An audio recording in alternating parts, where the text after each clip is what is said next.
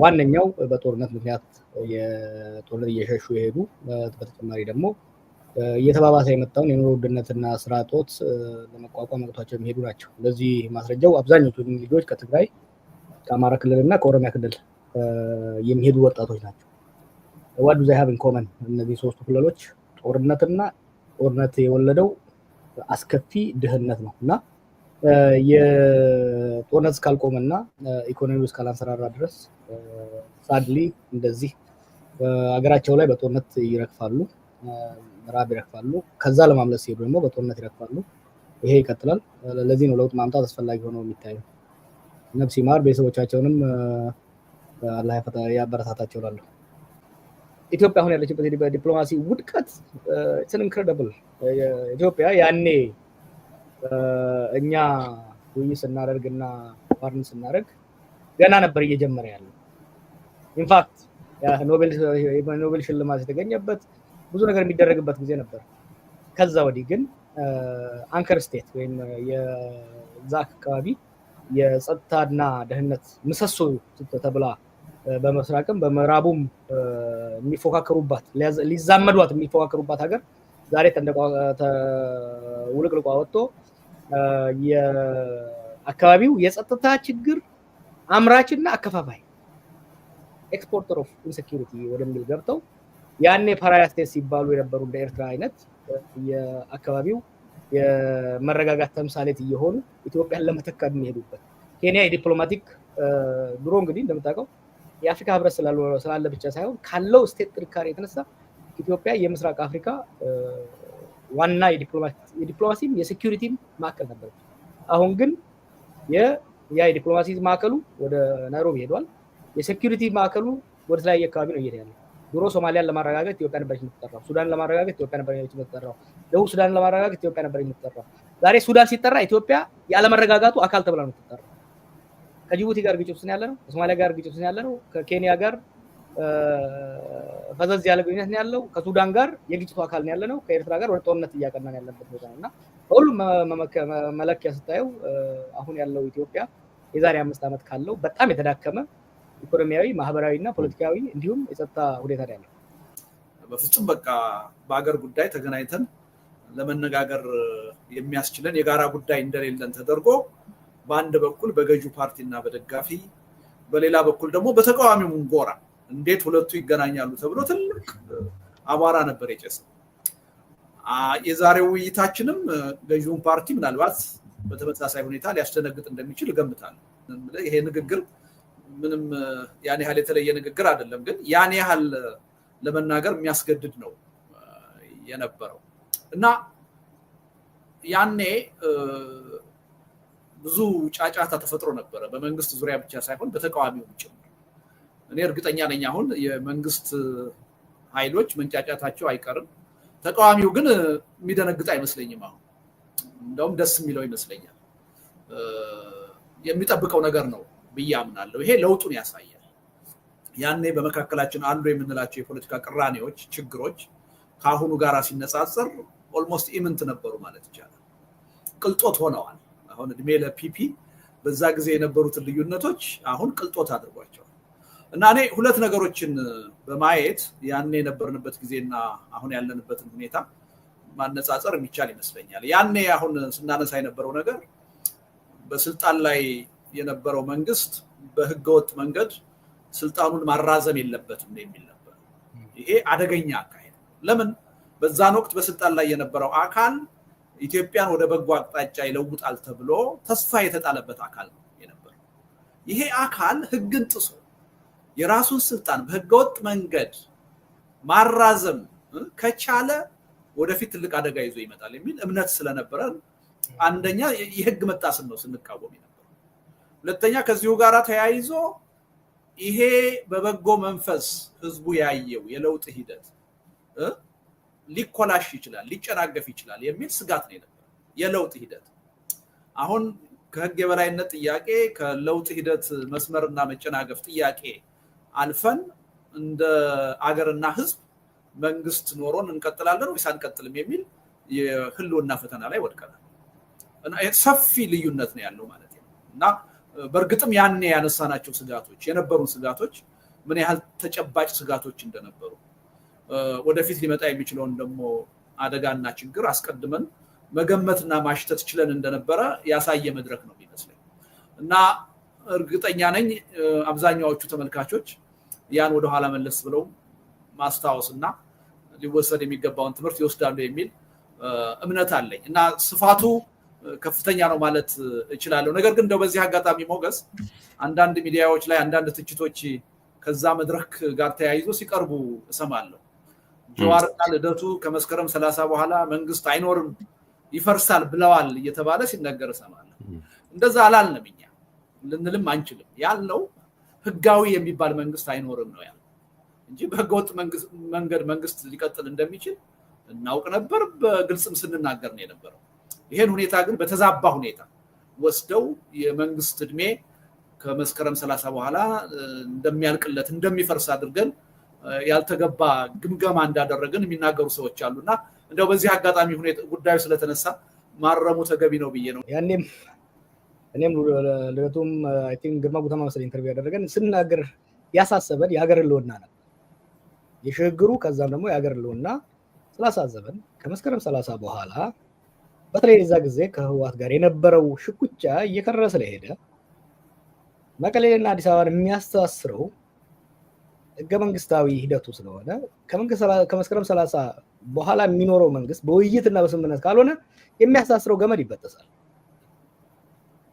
ይሄ የመንግስትን ቅቡልነትና ህጋዊነት በማሳጣት ወደ ግጭት ያመራል። ይሄ ደግሞ ለሀገር ጠንቅ ይሆናል ነው። ያኔም ግን እነሱ ፎከሳቸው ምንድነው ወንበሯ ነበረች። ከዛ ወዲህ በወንበሯ ቆይተዋል። ቆይተዋል። ግን ያኔ የነበረው የኢትዮጵያ መንግስትና ዛሬ ያለው የኢትዮጵያ መንግስት እኩል ነው አይደል? ዛሬ ያለው የኢትዮጵያ መንግስት የተሽመደመደ ትግራይ የኢትዮጵያ ፕራክቲካሊ የኢትዮጵያ መንግስት አካል አይደለችም ዛሬ ፕራክቲካሊ ስፒኪንግ። ዝም ብሎ ቴሪቶሪያል ኢንቴግሪቲ ምናምን ካላልን በስተቀር በፌደራል መንግስትና በትግራይ መካከል ኮሄሲቭ የሆነ ስቴት አይደለም ያለው። አብዛኛው የአማራ ክልልና አብዛኛው የኦሮሚያ ክልል ከመንግስት ቁጥጥር ውጭ ነው ያለው ኢንክሉዲንግ ሱሉልታ ከሱሉልታ ወጣ ስትል ማለት ነው። እና ምንድነው ስልጣን የመንግስት ፓወር ሲባል ኢትስ አቢሊቲ ቱ ብሮድካስት ፓወር ቫዮለንስ ኮንትሮል ማድረግ በዛ ክልል ውስጥ ያለው ማህበረሰብ ለመቆጣጠር እና ሰርቪስ ፕሮቫይድ ለማድረግ ያለው ካፓሲቲ ነው። አብይ በወንበሯ ቆይቷል። የአብይ ወንበር ግን ከኮሪደሩ አያልፍም። አሁን የኮሪደሩ መብራቶች አሉና የአብይ ስልጣን ከኮሪደሩ አያልፍም። ሳድሊ የአብይ ስልጣን ብቻ አይደለም የኢትዮጵያ ሀገረ መንግስት ስልጣን በኮሪደሯ ሊሚትድ ሆነ። ቅድም አነሳሁልህ ዛሬ ያለው ኢኮኖሚና ያኔ ያለው ኢኮኖሚ አይመጣጠንም። ያኔ የነበረ የዓለም ቅቡልነትና የዲፕሎማሲ ቅቡልነት ዛሬ እኮ ራሽያ ቻይና እና አሜሪካ ሊዛመዱ ሲፎካከሩብን የነበር ነገሮች ወደ ጎን ተረስተናል። ዛሬ ለአፍሪካ ምስራቅ አፍሪካ የዲፕሎማሲ ጉዳይ ናይሮቢ ነው የሚካሄደው።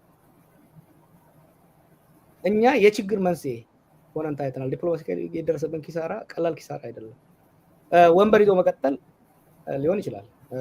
አሰድ የሲሪያው አሰድ ሁሌ እንትን ብለው 13 ዓመት በስልጣን ላይ ቆየ። ግን ወንበሯን ብቻ ነው እንጂ የያዘው የመንግስት አቅም የተሽመደመደ ሄዶ መጨረሻ ላይ በሁለት ሳምንት ውስጥ ተቃርቦ ጠፋ ማለት ነው። እና ያ ድክመት አለ። አይ ቲንክ አያይዘህ አንዱ ያኔ ለኔም መታሰር እና ሌሎች ነገሮች ታይዞ የመጣው ከልደቱ ጋር የነበረው ኢንተርቪው በጣም ወሳኝ ነበር። እዛም ሲያዩቁኝ ነበር። አንድ የተረዳሁት ነገር ነበር። ልደቱ አርሚ የለውም፣ እኔም አርሚ የለኝም። የዛ ጊዜ ትልቅ አርሚ ነበረውና ወይ ሊታገላቸው የሚችለው ህወሓት ነበር ወይ ሌሎች ድርጅቶች ነበሩ። ለምን ይሄ ሁሉ ረበሻቸው ስትል ለሐሳብ ባትልፊልድ ዝግጁ እንዳልሆኑና ለዛ ብቃት እንደሌላቸው ያ እንደሚያስፈራቸው አንድ። ሁለተኛ የኢህአዴግ ልጆች ስለሆኑ ኢህአዴግ ደግሞ ሜን ኦብጀክቲቭ ሞን ስትራቴጂው ከፋፍለ ግዛ ተቃዋሚውን ወይ በብሔር ወይ በሃይማኖት ወይ በመሬት ወይ በሐሳብ ከፋፍሎ ቫያብል የሆነ ተቃዋሚ ልዩነቱን አጥብቦ ወይም ደግሞ ለጊዜ ወደ ጎን ትቶ በኮመን አጀንዳ ላይ ሊወያይ ስለ ሀገር ስለ ጋራ ህልውና ሊወያይ የሚችል መወያየት ብቻ ሳይሆን ከግራና ቀኝ ያለውን ኮንስቲትዩንሲ ወደ ማከል ሊያመጣ የሚችል አመራርና አደረጃጀት እንዲበቀል አይፈልጉም። the fact that የልደቱ አመለካከት ምን እንደሆነ ይታወቃል። የኔ አመለካከት ምን እንደሆነ ይታወቃል። ምናልባት ዛሬ የተበለጠ እንቀራረባለን፣ ያኔ እንራራቅ ነበር። the fact that መቼም ሳድና ጭድ ናቸው የሚሏቸውን ሰዎች መቼም ሊወያዩ አይችሉም፣ እኛ ብንሄድ ይባላሉ የሚሉ ሰዎች ከነሱ የበለጠ ለጋራ ህልውናና ለጋራ ሀገራዊ ሰላምና ጸጥታ መወያየቱ ምን ያህል እንደሚያስፈራቸው ግልጽ ነበር። አሁንም አንዱ አሁን ይሄ ነገር አንተ ከለጠፍ ወዲህ ሲደርሰኝ የነበረውን አቢዩዝ you cannot believe እና it's testament የዚህ አይነት ውይይት አስፈላጊ እንደሆነ ጠቃሚውን የነሱን ዛቻና ስድብ ስትገልብጠው ለሀገር የሚጠቅም ነገር እየሰራ መሆኑን የሚያሳይ ያኔ እኔና ጀዋር ስንቀርብ ሁለት ርዕሰ ጉዳዮች ናቸው የነበሩት። አንዱ ከኮሮና ቫይረስ መምጣት ጋር የተያያዘ ነው። ሁለተኛ ያው ከመስከረም 30 በኋላ መንግስት በህገወጥ መንገድ ስልጣኑን ለማስቀጠል እያደረገ የነበረውን ዝግጅት በሚመለከት ነበር ውይይት ያደረግነው እና በልዩነቶቻችን ላይ ለመከራከር የሚያስችለን መድረክ አልነበረም። ምክንያቱም እነዛን ሁለት ጉዳዮች ለመነጋገር ነው ቀጠሮ ይዘን የተገናኘ ነው እና አንዳንድ ደጋፊዎቻችን ቅሬታ ነበራቸው። እንዴት ሳትከራከሩ ትወጣላችሁ? የተለያየ ልዩነት አላችሁ፣ እሱን ማዳመጥ ፈልገን ነበር የሚል ቅሬታ ነበረ። እኔ ቅሬታውን በመጥፎ አልወስደውም ያኔ። ምክንያቱም ያኔ የነበረው ሁኔታ በልዩነት ላይ ብንከራከር ችግር ያለበት ወቅት አልነበረም። እንዳውም ታስታውስ እንደሆነ ጀዋር አወያዩ ግርማ ነበር አይደለም ያኔ። ከሱ ጋር ሁሉ ተነጋግረን መጨረሻ ላይ ቀጠሮ ለመያዝ ሁሉ እየተዘጋጀን ነበር። አንዳንድ ክርክሮችን የተሻሉ ውይይቶችን በልዩነቶቻችንም ላይ ለማድረግ ቀጠሮ እያያዝን ነበር። ያው መንግስት ተደናገጠ። ከዛ በኋላ እኔንም እሱንም ወደ እስር ቤት ወረወረን እንጂ ባይሆን ኖሮ ተገናኝተን መከራከራችን አይቀርም ነበር። ነገር ግን አሁንም ምናልባት ያን የሚጠብቁ ሰዎች ሊኖሩ ይችላሉ። አሁን እሱን አገዛዙ ቅልጦት አድርጎታል። እውነቱን ለመናገር በጀዋር በኩልም ተመሳሳይ ስሜት ያለ ይመስለኛል። የመከራከር አፒታይት አሁን እኔ የለኝም። ምክንያቱም ፋይዳ የለውም። የሁላችንም ህልውና የህዝባችንም ህልውና ከባድ የሆነ አደጋ ውስጥ ነው ያለው፣ ጥያቄ ውስጥ ነው ያለው። በዚህ ወቅት በኢኮኖሚ መስክ፣ በማህበራዊ፣ በፖለቲካ፣ በዲፕሎማሲ ምን ልዩነት አለን፣ ምን አንድነት አለን እያልን መከራከሩ ምንም ከጊዜው ጋር የሚመጥን አይመስለኝም። አሁን የጋራ ጉዳዮቻችን ላይ የህልውና ጉዳያችን ላይ አተኩረን በጋራ እንዴት ነው መስራት ያለብን፣ እንዴት ነው መተባበር ያለብን፣ ተባብረን የህዝቡን ትግል አጠናክረን ለውጤት የምናበቃው ለድል የምናበቃው እንዴት ነው በሚለው ላይ ነው ጊዜያችንን ማጥፋት ያለብን ብዬ ነው የማምነው።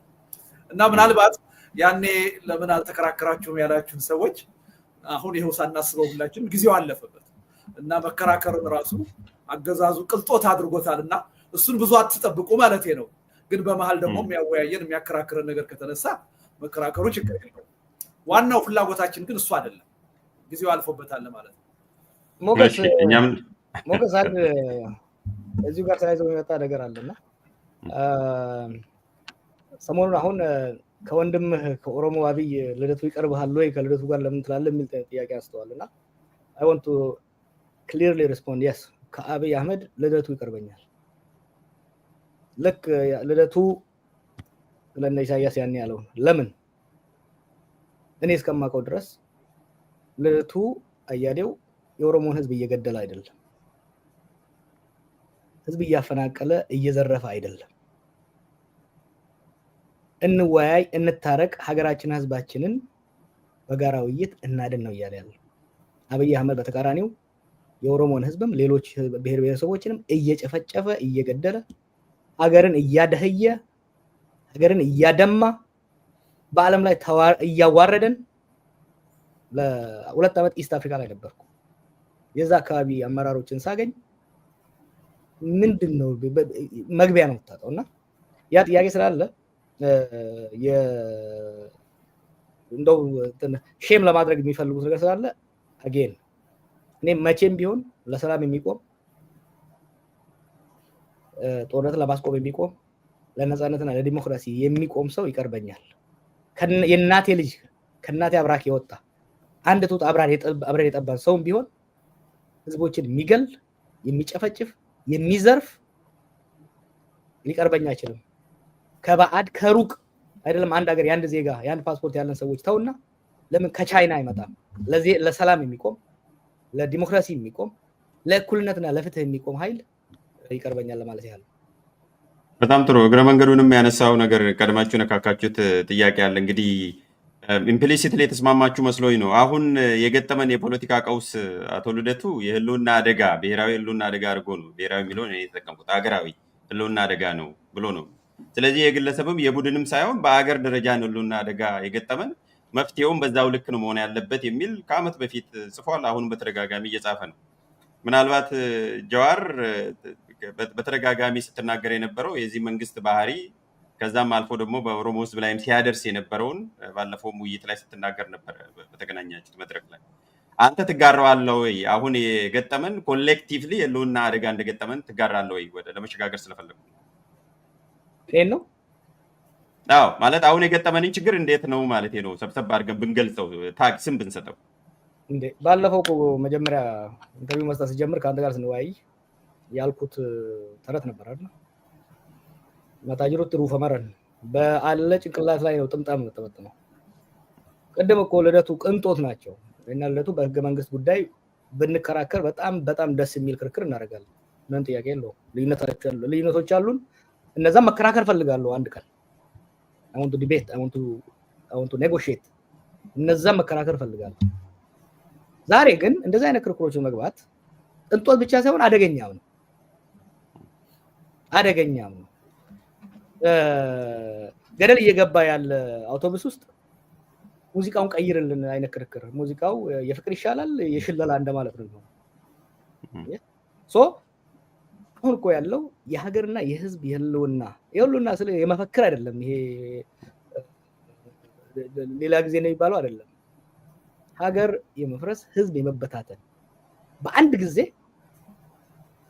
ሲቪር የሆነ የፖለቲካ ቀውስ፣ የጸጥታ ቀውስ፣ የዲፕሎማሲ ቀውስ እና የኢኮኖሚ ቀውስ ስለ ሲቪር አይደው ነው በአማርኛም እንደሆነ በጣም ሲቪር የሆነ የተገናኘበትና ሀገር እንደ ሀገር የመቀጠል ሀገር ስልህ ደግሞ አንዳንዴ ሌሎች እንደሚሉት ይሄ ተበታትነን ዩጎዝላቪያ እንሆናለን።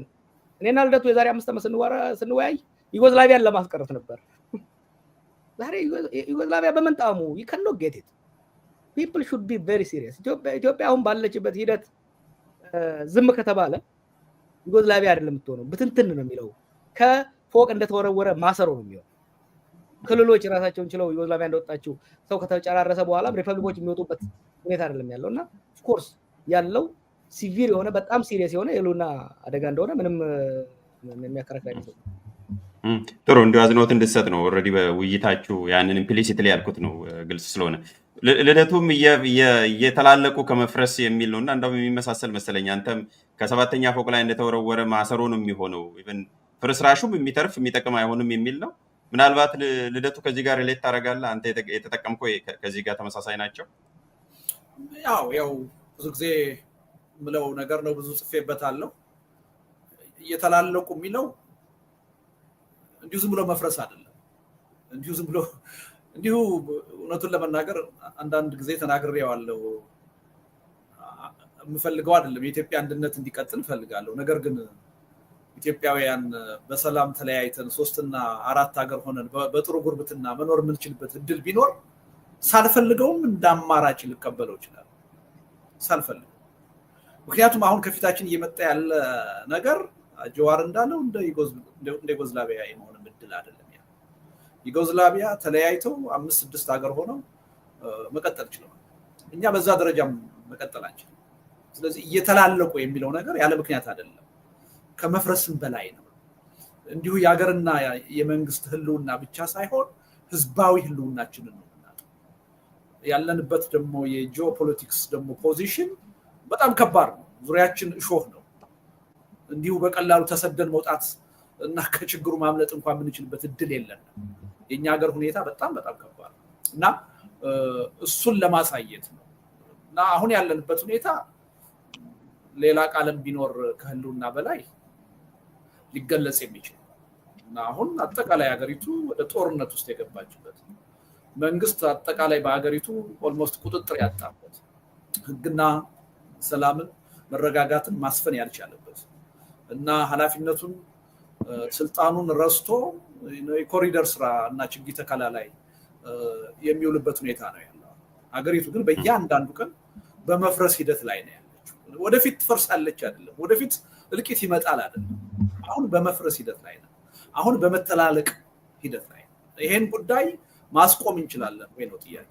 አስቆመን ሀገራዊና ህዝባዊ ህልውናችንን ማስቀጠል እንችላለን ወይ ነው ጥያቄ እንጂ ኦልሬዲ ገብተንበታል። ወደፊት የሚመጣ ስጋት አይደለም አሁን እያወራን ያለን። ኦልሬዲ የመፍረሱ ሂደትና መተላለቁ ውስጥ ነው ያለን። ማስቆምና እንደገና መቀጠል እንችላለን ወይ ነው ጥያቄውና እጅግ ከፍተኛ እና ውስብስብ ፈርጀ ብዙ የሆነ ችግር ውስጥ ነው ያለን። ጥሩ መልካም። ምናልባት በተደጋጋሚ የሚነሳው ጀዋር ባለፈው በመግለጫችሁም ማለትም በኦሮሞ ምሁራን በሲያትል በተገናኛችሁበት ላይም አንድ ግልጽ ያደረጋችሁት ነገር አለ። ይሄ መንግስት ባህሪውንና በምን መሰረት ላይ እንደቆመ የሚያመላክት ነገር አለና ለትብብሩም አንዱ መሰረት የሚሆነው ከትብብር በፊት የመንግስትን ባህሪ ይህን መበየን ነው የሚያስፈልገውና የማን መንግስት ነው በምን መሰረት ላይ ነው የቆመው አጠር ባለመልኩ እንድትገልጹትም ስለፈለግኩ ነው። የተያያዘ ስለሆነ የሁሉ ጥያቄ ከጀዋር ከዛ ልደቱ ወደ ዋናው ጉዳዮች ላይ ጊዜ እንዲኖረን ስለፈለግኩ ነው። እንግዲህ በደጋጋሚ እንዳልኩት ይሄ መንግስት ከአውራ ፓርቲ አምባገነናዊ አገዛዝ ወደ አንድ ግለሰብ አምባገነናዊ አገዛዝ ለመሻገር የሞከረው አልተሳካለትም። ኦቶሪቴሪያን ፉሊ መሆን አልቻለም። ምክንያቱም ኦቶሪቴሪያን አንድ የአምባገነናዊ አገዛዝ ከሆነ አገሩን ሙሉ በሙሉ የፖለቲካ መብቶችን ሌሎች መብቶችን አፍኖ ግን አምባገነናዊ ስርዓትን ማስፈን ይችላል። አሁን ያለው ስርዓት ግን አምባገነናዊ ስርዓትን ማስፈን አልቻለም፣ ሞከረ። በአንድ ግለሰብ ሎክ አብይ ስልጣን ላይ ስላለ አይደለም። አያቴ አፄ ኃይለሥላሴን ነው የታገለው፣ አባቴ ደርግን ነው የታገለው። አፄ ኃይለሥላሴ አብሶሉት ሞናርኪ ነበራቸው፣ ስዩም እግዚአብሔር ነበሩ አይደል? በአፄ ኃይለሥላሴ እጅ ስልጣን አብይ እጅ እንደተጠቃለለው አልተጠቃለለም። ቢያንስ ኪችን ካቢኔት ነበራቸው፣ ሎቢ የሚያደርጓቸው ሰዎች ነበሩ። ንጉስ አብይ እኮ ምንም ነገር የለውም። ስለዚህ ኖ ኮንሰልቴሽን ወጥሶ የተመረጠ መንግስት የሚለውን እንደ አምባገነን ራሱ ይሄ ፖሊቲ ቢሮ ሴንትራል ኮሚቴ ምናምን ኮንሰልት የሚደረግበት ዲስከስ ዲቤት ይሄ ተከራክረ ተሸናንፈ የአሸናፊው ሀሳብ ስራ ላይ የሚውለው እሱን መረጃ የመለዋወጥ እድል እንኳን የሌለበት በአንድ ግለሰብ ለዛው ደግሞ ከፍተኛ ግድፈትና ጉድለት ድክመት ያለበት ግለሰብ እጅ የወደቀ መንግስት ነው እንደ በመንግስት። ሁለተኛው ደግሞ የስቴት ባህሪው የኢህአዴግ መንግስት ዲቨሎፕመንታል ስቴት ነበረ። እንደ ፓርቲ ይሰርቁ ነበር፣ እንደ ፓርቲ ይዘርፉ ነበር፣ እንደ ፓርቲ ያፍኑ ነበር። አሁን there is a privatization of violence and privatization of corruption። ስለዚህ ካላችሁ ያኔ በኤፈርት ስም ይዘርፉ ነበር፣ በህዋት የበላይነት ስር ሌሎችን ድምጾች ያፍኑ ነበር። ያሁኑ ግን ዛሬ እኮ ፖሊስ ትከራያለህ፣ ሪፐብሊካን ጋርድ ትከራያለህ ለማሳፈር አይባላል። በዩቲዩብ የሚወጣው መረጃ ፕራይቬታይዜሽን ኦፍ ቫይለንስ አለ። የአማጽያን ኃይሎች ከሚያደርጉት ውጪ የመንግስት ጸጥታ ኃይል ራሱ ከስርዓቱ ጋር በተያያዙ ሀብታሞችና የባለስልጣናት ፕራይቬታይዝድ አድርጎ የመንግስትን እቅድና ፍላጎት ለማስፈጸም ሳይሆን የግለሰቦችን በቀል ለመውጣጫ ሆነ ፕራይቬታይዜሽን ኦፍ ቫይለንስ አለ። ኮረፕሽን ብትወስደው ሙስና ነበር ድሮ። አሁን ግን እኛ ሙስና ነጭ ወረቀት ተሰጠው፣ የፈቃድ ተሰጠው፣ ልክ እንደ መንጃ ፈቃድ። ስቴት ካፕቸር ሳይሆን there is privatization of the state። ከላይ አብይ ያለ ከሱ ስር ያሉ በክልል እስከ ዞን ድረስ ያሉ ሰዎች የመንግስትን ሰርቭ ለማድረግ የህዝብን ጥቅም ማራመድ ሌላ ነገር፣ የመንግስትን ራሱ ጥቅም ማራመድ ሳይሆን ያንን ወረዳ፣ ያንን ዞን፣ ያንን ከተማ እንደ ግል ኩባንያቸው የሚጠቀሙበት ፕራይቬታይዜሽን ኮረፕሽን ያለበት ክሊፕቶክራሲ ነው መስለኝ ፓኪስቶክራሲ ይከም ዲቤትድ እንደዛ አይነት ያለበት ህግና ስርዓት የፈረሰበት ሙስና ህጋዊ የሆነበት violence uncontrolled violence disorganized violence ስቴት የሚባለው ሀገረ መንግስት የሚባለው ይገላል እኮ ምንም እንትን የለውም ይገላል ጦርነት ያውጃል ያካሂዳል አሁን ግን በመንግስት እቅድና በመንግስት ፖሊሲ ሳይሆን ግለሰቦች ግለሰብ ጀነራሎች ግለሰብ ኮሎኔሎች ግለሰብ አስተዳዳሪዎች እና ከንቲባዎች ዘርፊያንም ግድያንም ለግል ጥቅምና ለቡድናዊ ጥቅም የሚያካሂዱበት ስርዓተ መንግስት ነው ያለው እና የማን መንግስት ነው በዛው ሌላ ያየ የጠየቁት ቱ ቢ ስፔሲፊክ የኦሮሞ መንግስት የምናምን መንግስት ብሎ በተለያየ መልኩ ስም ስለሚጣቅሱ እናንተ ባለፈው እንደዚህ የሚባለውንም እንቃወማለን መግለጫ ማውጣታል ፐርሰናሊ በዚህ መንግስት የኦሮሞ ህዝብ የተሰቃየውን ያህል ከዚህ በፊት በነበሩት ኮምባይንድ አንድ ላይ ብንደምርም አልነበረም የሚልም በሌላ መልኩም ገልጸዋልና የማን መንግስት ነው ያልኩት በከፊል መልሳል ኦሬዲ ተሰባሰቡ ግለሰቦችና በኔትወርክ አንድ ላይ የተደራጁና የተተበተቡ መሆኑን እንደ ፈንክሽን እንደሚያደርግ ግን ከህዝብ ጋር የሚያያይዙ ስላሉ ከብሔር ከሃይማኖት ወይ ከሆነ ቡድን ጋር የሚያያዝ መንግስት ነው ወይ ከሆነስ በምን እንግለጸው ባጭሩ አንድ መንግስት የዚህ ቡድን መንግስት ነው የምንለው ሁለት ነገር ካደረገ ያ ቡድን መርጦ ካወጣው ወይ ደግፎ ካወጣው ከዛ በኋላ ያንን ህዝብ በልዩ ተጠቃሚ ካደረገው መቼም ወጥቶ የብልጽግና መንግስት የኦሮሞ ህዝብ መርጦ ስልጣን ላይ ያወጣው የሚለይ ሰው ካለ ለማዳመጥ ሬዲ ነኝ አንድ ሁለተኛ አሁን ያለው የአብይ መንግስት የኦሮሞን ህዝብ ልዩ ተጠቃሚ ያደረገ የሚልም ካለ ለመስማት ሬዲ ነኝ በዚህ መንግስት ስር በዚህ ስርዓት ስር የኦሮሞ ህዝብ ሲጨቆን ቆይቷል በዚህ መንግስት ስር የደረሰበትን ፍጅት ውርደት ዘረፋ አይቶት አያውቅም ከሚኒልክ ዘመን አንስቶ እስከ ኢህአዴግ ደረጃ ድረስ የተገደለውን ኦሮሞ ብትደምረው ባለፈው 7 አመት ከሞተው ጋር እኩል አይሆንም በጥፍ ድርብ ይበልጣል ይሄን እኮ ነው የምለው አይደለም አይቻለኝ ብሬ ገበሬው ጋር ወረድና ወለጋ የሆነ ሰፈር ሄድና ጅማ የሆነ ሰፈር ሄድና አሁን ያለው ቴረር ስቴት ኦፍ ቴረር እኮ ቀይ ሽብር አይደለ ድሮ ኢትዮጵያ እኮ በጣም መጥፎ የሚባለው የቀይ ሽብር ዘመን ነው አይደል ኦሮሚያ ውስጥ ያለውን ነገር ቀይ ሽብርን የሚያስመኝ ነው ግድያ ብቻ አይደለም ሰው ተገሎ ባህያ ይጫናል ሰው ተገሎ እናትና አባት ቁጭ ብለው እዛ ፊት ለፊት እንዲበሉ ከሁለት ቀን በፊት የሆነው ነገር ምን ነገር ሰው ገለው ልጃቸውን ገለው ማለት ነው ከስር ቤት አውጥተው ገለው እናትና አባት እንጀራ ይዘው ወጥተው የሞተው ልጃቸው ፊት ለፊት እንዲበሉት የሚገደሉበት በዘረፋው ይሄ መንግስት የመጣው መንግስት የነበረው የኢህአዴግ መንግስት የገበሬውን መሬት ዘረፈ በሚል በማስተር ፕላን ጉዳይ ነው አይደል አሁን ያለው ዘረፋ አትሊስት ያን የኢህአዴጎች ለይስሙላም ቢሆን ኮምፐንሴሽን ነው የሚባለው ኮምፐንሴሽን ይከፍሉ ነበር ካሳ አሁን እኮ ሽመልስ ደፍሮ ራሱን አስማምሮ ፓርላማ ላይ ጨፌ ፓርላማ ላይ ቁጭ ብሎ ካሳ አንከፍልም ብሎ የሚናገርበት እና እስቲ ለሚቻለኝ የኢትዮጵያን ህዝብ ሌላውንም ይሄ የኦሮሞ መንግስት ነው የሚለው ልዩ ተበዳይ ስለሆነ ነው ይሄ መንግስት የኦሮሞ መንግስት ሊባል የሚችለው አንዱ ከፋክቱን ነው ሁለተኛ ኢት ካውንተር ፕሮዳክቲቭ ያን ማለት ሁለት ወገኖች ናቸው ይሄን የሚጠቀሙት ነምበር 1 ምሽግ ነበረው የኢህአዴግ መንግስት ክልሎችን ይተጠቀም ነበር ከዛ ካፒታል ሲቲውን ሲተጠቀም ነበር ከዛ ወደ መቀሌ ሸሸ አብይ በኢትዮጵያዊነት ነበር ሲጫወት የነበረው ስልጣን ላይ እንደመጣ አካባቢ ከዛ ያ አልሰራ ሲል አሁን በኦሮሞ ብሔረተኝነት ውስጥ መደበቅ ይፈልጋል አሁን የሚያደርጉት ናሬቲቭ የሚያደርጉት ነገር በሙሉ ስታይ የኦሮሞ መንግስት ነን የሚለውን የኦሮሞ መንግስት ነን ሰሜኖች ሊመጡ ነው ሰሜኖች መጥተው የዱሮን ስርዓት ሊመልሱባችሁ ነው ስለዚህ እየሞታችሁ እየተዘረፋችሁ ቢሆን አክፋችሁን አድኑን ነው ያ የነሱ ስትራቴጂ ሌላው ደግሞ በተወሰነ ደረጃ ከናይቪቲ የሚነሳ ከንዴት የሚነሳ ሰውን የሚገሉትና የሚዘርፉት ሰዎች አብይ አካባቢ ያሉ ሰዎች ኦሮሞዎች ከመሆናቸው የተነሳ ወደዛ የሚሄዱም አሉ። ካውንተር ፕሮዳክቲቭ ነው ይሄ ስርዓት። በልዩ የሚጠቅመው ማንም ማህበረሰብ የለም። በልዩ የሚጠቅመው ከስርዓቱ ጋር የተሳሰሩ በጣም ጥቂት የሆኑ ባለፉት አመታት በጣም ሀብታም የሆኑ ያንን ሀብት ለመከላከል ከስርዓቱ ጋር የተቆራኙ ህልውናቸው ከስርዓቱ ጋር የተቆራኙ ግለሰቦች ሊኖሩ ይችላሉ። ከዛ ውጪ ግን ይሄ መንግስት የኦሮሞ መንግስት፣ የአማራ መንግስት፣ የዚህ መንግስት ማለት አይቻልም።